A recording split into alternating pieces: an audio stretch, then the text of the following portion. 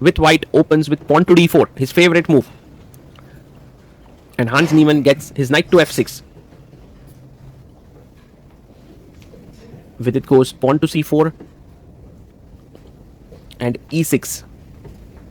You know, there was a time when Vidit was the much higher rated player, but now Hans is actually rated 34 elo points above Vidit. g3, d5, and Vidit going for his favorite Catalan opening. We haven't seen Catalan at top level for quite some time because we've seen most of the games going knight f3, knight c3 instead of g3 system. So bishop b4 check. bd2 is the main move here, but Vidit goes knight bd2. And now Hans plays his pawn to a5. We have queen to c2, just defending the pawn here. And Hans brings his knight to c6, attacking the pawn. But, I mean, I'm just going to defend it with knight f3, right? Isn't the knight a bit uncomfortable on the c6 square? But Hans is well prepared. He goes a4, making space for maybe the knight to come to a5 if needed. a3. And now the bishop drops back to e7.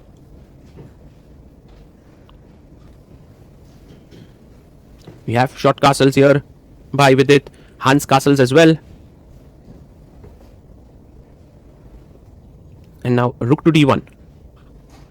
The rook looks opposite the queen. Bishop comes out to d7.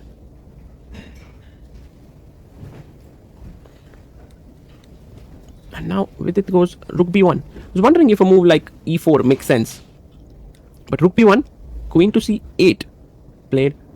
And some ideas could come up on this diagonal. Queen to c3. Vidit quickly moves away. The rook comes to d8. Both players making some moves which are, you know, just building up the position. No exchanges until now. Bishop drops back to e8. I think Hans's position is getting better and better with each move. Knight to f3. But this is not great. Remember, we spoke about this move a4. Making space for the knight. Hans first goes knight e4. He could have gone knight a5 as well. That was a strong move. But knight e4. Attacking the queen. The queen drops back. And now knight a5. Powerful move. But he pushes the knight away with f6. And Vidit can actually capture. First capture can take place. He takes on a d5 first. Pawn takes back. And now Vidit takes on c6. Knight takes c6. Look at the time difference. Vidit down to 43 minutes. Hans has 1 hour 21 minutes. Bishop takes c6. Taken. Bishop can now come out to b5. Pawn to c6. Play on the light squares. Bishop f4 he plays. Keeping an eye on the c7 pawn. Boom. g5. Wow. Hans Niemann is not afraid. He expands. And the bishop has to drop back now. Bishop e3. He comes back. Bishop to e3.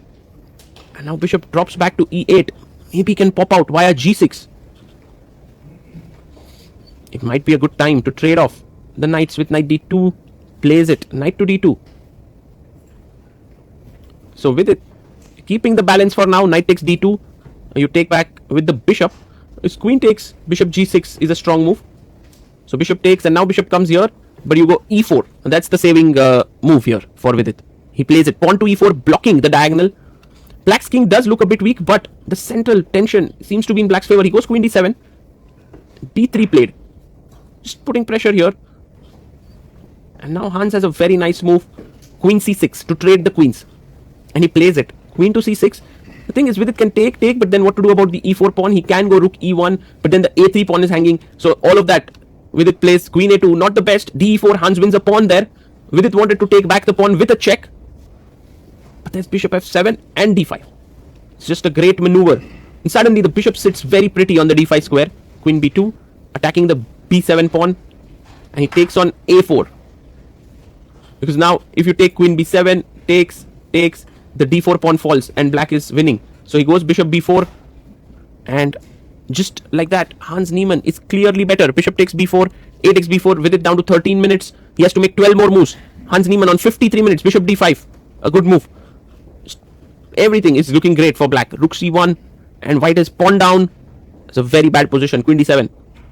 With its hope is that he's able to somehow create play against the king that's slightly exposed. It's not so clear how. If you play queen c2, attacking the rook and the c7 pawn, they are defended. f5 is a great move. If queen takes c7, I simply take on b4 with a big advantage. So can't trade queens. He goes bishop h3, attacking the pawn on f5, hoping for some kind of play like this. G4 to limit the bishop on H3. The bishop comes back to F1. Maybe allowing G4, like playing G4 wasn't the best. Just get some counterplay now. Queen D2. He goes H3. Queen D2 was maybe better to come here. But H3 and now C6 is a very strong move. Just defending the pawn there. Hans Niemann has quite a lot of time. He plays C6. Wow. And Hans Niemann just looking at Vidit there, asking him, what are your plans? Queen D2, attacking the rook. Queen goes to E7, defending the rook and also stopping Queen G5. Queen to F4. Vidit is hoping to open up the king side in some ways. Rook F8 defends the pawn. He's ready to give up a pawn here. And that's very good understanding shown by Hans Niemann. Rook to C5, because imagine take and Queen G4, just King H8. And there's pressure down here. So he goes Rook C5, B5 played. And now Vidit takes on G4. It's completely losing for him. The engine even states -4 here. F takes, Queen takes G4. Vidit seems to have a feeling, that things are not going his way here clearly. King H8. 2 more moves to reach move 40. And then he gets 30 extra minutes. He comes back, Queen E2. And now Rook B3 and E3 would be very strong. He finds Rook B3 as well. Hans playing so well here. Just finding one good move after another. Now E3 even would be amazingly strong. And he finds it as well. And he's taking no time. He reaches move 40. Vidit quickly pushes F4.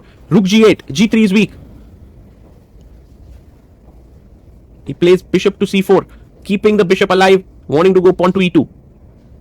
Queen to G4. We have E2. Rook E1. And now Queen E3 check. He goes Rook G8 first. Allowing Rook G5. Takes. F takes. And maybe somehow Rook A3, Rook A8 come back and play that position. He goes for a check. Hans being a little bit over ambitious. I mean, Queen F2 is natural, but it's not the best. He plays it. The main problem is a check is met with bishop back. But can you start with D5 even though your rook is hanging? You go D5. It's the toughest move here. Vidit has 34 minutes because that's 4 minutes on the clock plus 30 extra minutes. And he has to think hard now. And he thinks for a long time. He thinks for 27 minutes and finds D5. Well done. Rook E3. Hans plays it immediately because if Queen takes E1, check, and this was a perpetual. So that's why he had to go Rook E3. Vidit takes the pawn on C6 now. He comes back because the pawn was rushing down the board. And now Queen F4. Offering a trade because otherwise there's a perpetual there. Takes. I mean, even here, if you've taken here, Queen F8 and actually it's winning for white. So not a perpetual. Takes, B4. F5. Vidit pushes the pawn. B3. And now Vidit pushes F6, attacking the rook. The pawn has to come forward. So rook comes up. And now C7 is losing to Rook C5. You have to find Bishop F3 move. And he finds it with just 5 seconds on the clock. What an impeccable defense. B2. And the point now is you can deflect the rook with C7. The rook is deflected. Rook to E8. And now just Bishop E2. Taking here. He finds that move as well. Because if Bishop takes E2, now you can't play Rook E2 because of check. But you can first play F7, attacking the rook here. And Vidit has magically saved this position. Wow, what a defense. Now Rook E2. Could be a move. B1, Queen. No, he first makes a Queen. Nice. Rook takes E8. And a draw is agreed. Because if Rook takes E2 now, you cannot make a Queen. There's a check. And it's a draw. So Hans Niemann shaking his head there. He could have won so easily. Vidit has dodged a bullet. Crazy play there. And he could have, Vidit saving a very important half point. Hans Niemann missing out on a huge opportunity in this game.